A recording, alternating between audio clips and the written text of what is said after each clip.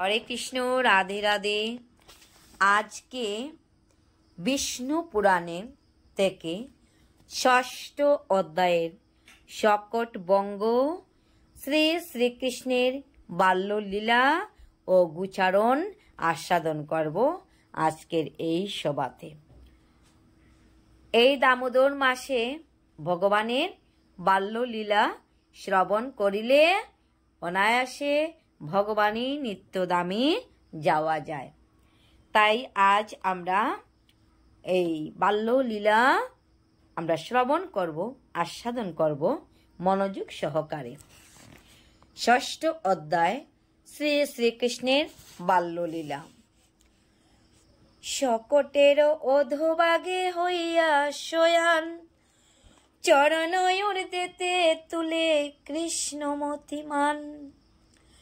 স্তন্যপান হেতু করে কতই রুদন, তাহাতে অপূর্ব কাণ্ড হয় সংগঠন।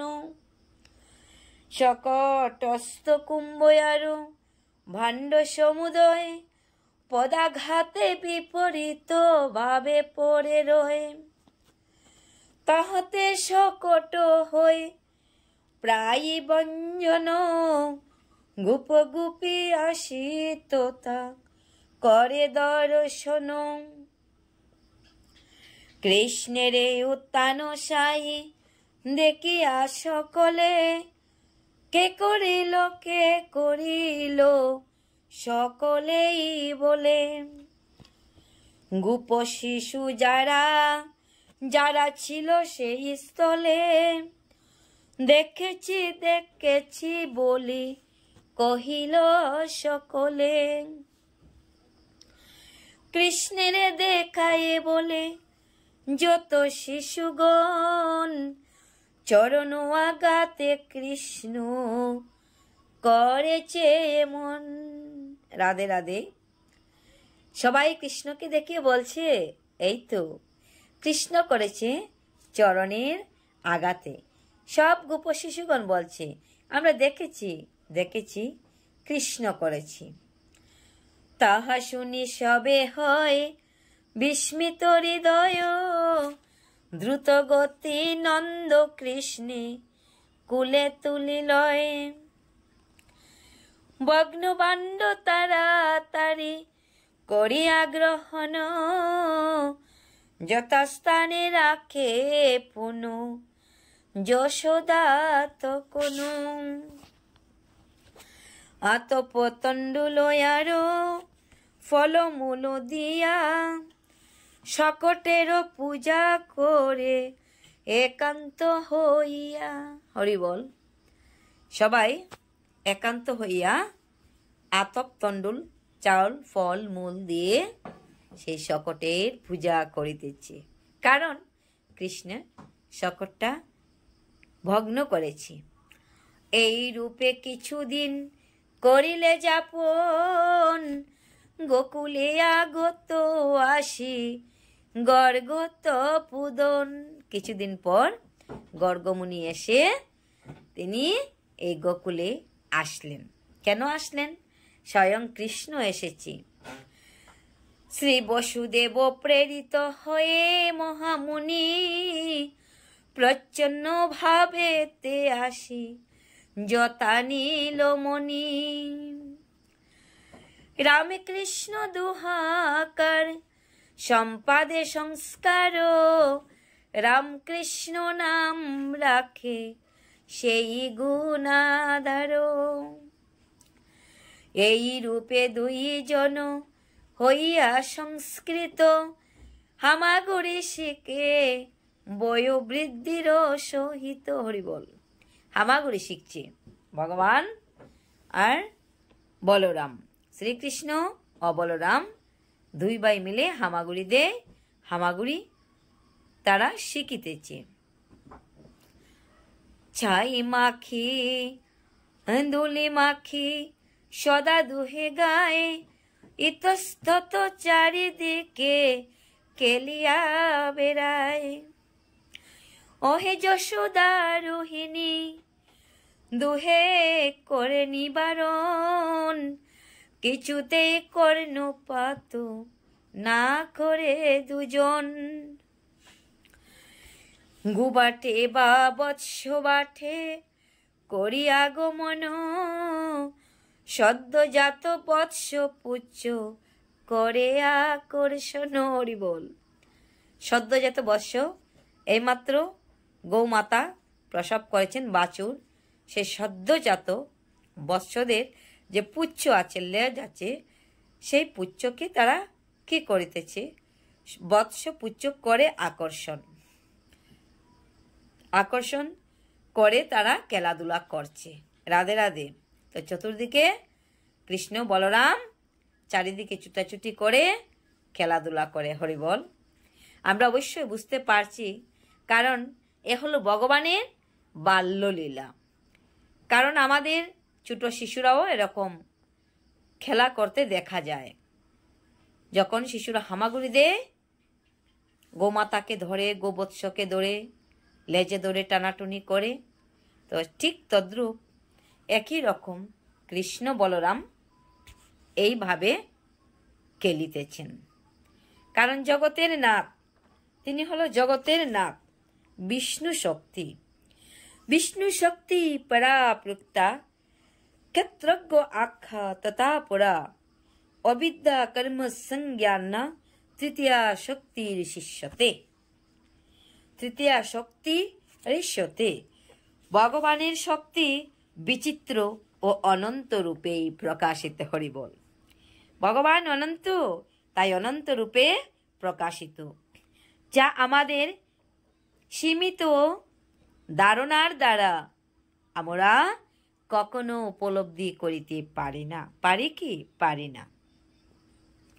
কিন্তু মহাজ্ঞানী মুনি ঋষিরা, যারা মুক্ত পুরুষ, যারা সত্যদ্রষ্টা, তারা ভগবানের শক্তিকে পূর্ণরূপে উপলব্ধি পূর্বক তারা তিনটি ভাগে বিভক্ত করে তার বিশ্লেষণ করেছেন।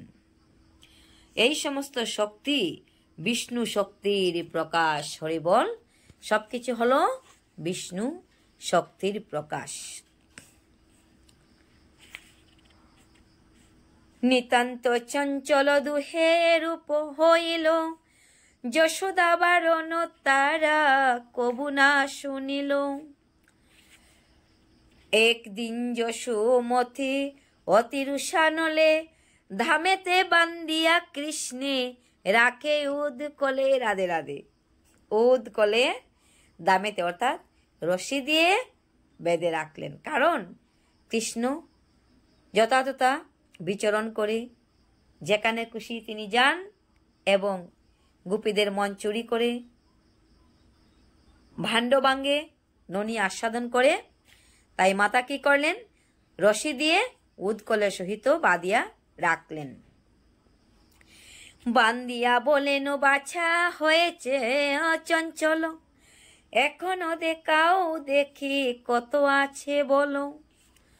এত বলি গৃহকার্যে গেল যশোমতি, উদকল আকর্ষিয়া কৃষ্ণ মহামতি। যমলয় অর্জুন দুই তরুর মাজারে, উপনীত হনু আসি হরিষয় অন্তরে। রাধে রাধে। তো আমরা সবাই জানি এই বাল্যলীলা এই দামোদর মাসে শ্রবণ করিতে হয়, কৃষ্ণের দামোদর লীলা। এখন কি করলেন? যে মা উৎকলে বেঁধেছে, আর মা বলছে, যাও বাছা দেখি তোমার শরীরে দেহে কত বল আছে। এই বলে মাতা যশোমতী গৃহকার্যে তিনি গেলেন। আর কৃষ্ণ মহামতি এদিকে কি করলেন? যে দুটি তরুর মধ্যবর্তী জায়গাটা যে ফাঁকা, সেই পাখা জায়গা দিয়ে তিনি কি করেছেন? মা যে উদরের সহিত রশি দিয়ে বেঁধেছে উৎকলের সহিত, সেই উৎকলটাকে টেনে নিয়ে যাচ্ছে। তখন সেখানে এসে কি হলো? সেখানে এসে সেই উৎকলের যে আঘাত লাগলো, সেই আঘাত পেয়ে সেই দুটি গাছ ছিল, বৃক্ষ ছিল, সেই দুটি বৃক্ষ হলো যমল অর্জুন। তাই সেখানে যমল অর্জুনের উদ্ধার হয়ে গেল। যেমন তথায় কৃষ্ণ করেন গমন, উদুকলে তীর যোগবাগ হইল দারণ। কৃষ্ণের টানেতে বৃক্ষদয় ভগ্ন হলে, সেই শব্দ ব্রজবাসী শুনিল সকলে। দ্রুত গতি তোতা গিয়া করে দর্শন, মহাদ্রুমদয় ভাঙ্গি হয়েছে পতন। অর্ধবিনীর গত দন্ত করিয়া বাহির, করিছে মধুর হাস্য কৃষ্ণ শিশু বীর। হরি বল। ছোট্ট শিশু আর এই বৃক্ষটি ভেঙে গেছে, দেখে কৃষ্ণ হাসছে। এ কাণ্ড যখন দেখে ব্রজবাসীগণ, কৃষ্ণের উদর ছিল দামেতে বন্ধন। তদবধি দামোদর নাম হয় তার, তারে পর শুন বলেও হে গুণাদার। তারপরেই কৃষ্ণের নাম হলো দামোদর। তাই আমরা সবাই সকল ভক্তগণ এই কার্তিক মাস দামোদর মাস হিসাবে আমরা পালন করি। দামোদর ব্রত সবাই পালন করি। এই কার্তিক মাসের আরেকটি নাম হলো দামোদর মাস, কারণ যশোমতী কৃষ্ণকে বেঁধেছিল উদরের সহিত দাম দিয়ে, তাই এই মাসের নাম দামোদর হয়েছে। তা আমরা সবাই জানি, তথাপিও যেহেতু এটি হচ্ছে দামোদর মাস, তাই এই বৃহৎ বিষ্ণু পুরাণে ৬ষ্ঠ অধ্যায় কৃষ্ণের বাল্য লীলা শ্রবণ করিতে হয়, তাই আমরা শ্রবণ করিতেছি, অধ্যয়ন করিতেছি। তো যাই হোক, এবার এইসব কাণ্ড দেখে সবাই অবাক হলেন। এইসব কাণ্ড দেখে গোপবৃদ্ধগণ উৎপাত পাতের ভয়ে করিয়া তখন। রাধে রাধে। এইসব কাণ্ড দেখে গোপগণ অর্থাৎ গোপবৃদ্ধগণ যে উৎপাত দেখে ভীষণ ভয় হইতেছে মনে। এই বৃক্ষ ভগ্ন, এই সেই নন্দসনে পরামর্শ সকলেই বলে, বসতি উচিত তার নহে এই স্থলে। এসো মোরা অন্য বনে করিব গমন, গোকুলেতে মহুৎপাত হতেছে দর্শন। শকটের বিপর্যয় পুতনা বিনাশ, ঘটেছে অশুভ কত না বুঝিয়া বাস। বিনা বাতে বৃক্ষদয়ে হইল পতন, অতএব শীঘ্র চলো করি পলায়ন। শীঘ্র চলো পলায়ন করি, কারণ বাতাস নেই, বিনা বাতাসে বৃক্ষদয় ভেঙে গেল, তাই আমাদের এখানে থাকা ঠিক নয়। এবার চলো অন্য কোথাও পলায়ন করি। এই রূপ পরামর্শ করিয়া সকলে, গুধন শকটাদি লয়ে কৌতূহলে। হরিবল হরিবল।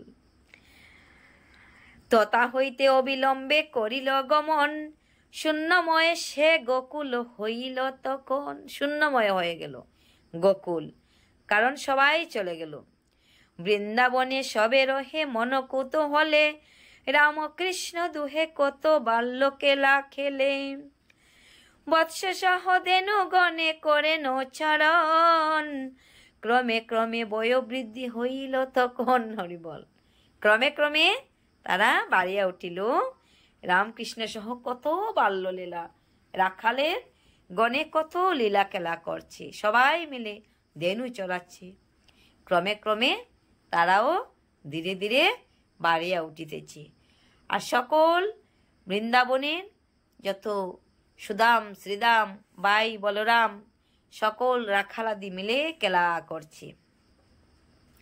বৎস সহ দেনুগণে করেন ছাড়ন, ক্রমে ক্রমে বয়োবৃদ্ধি হইল তখন।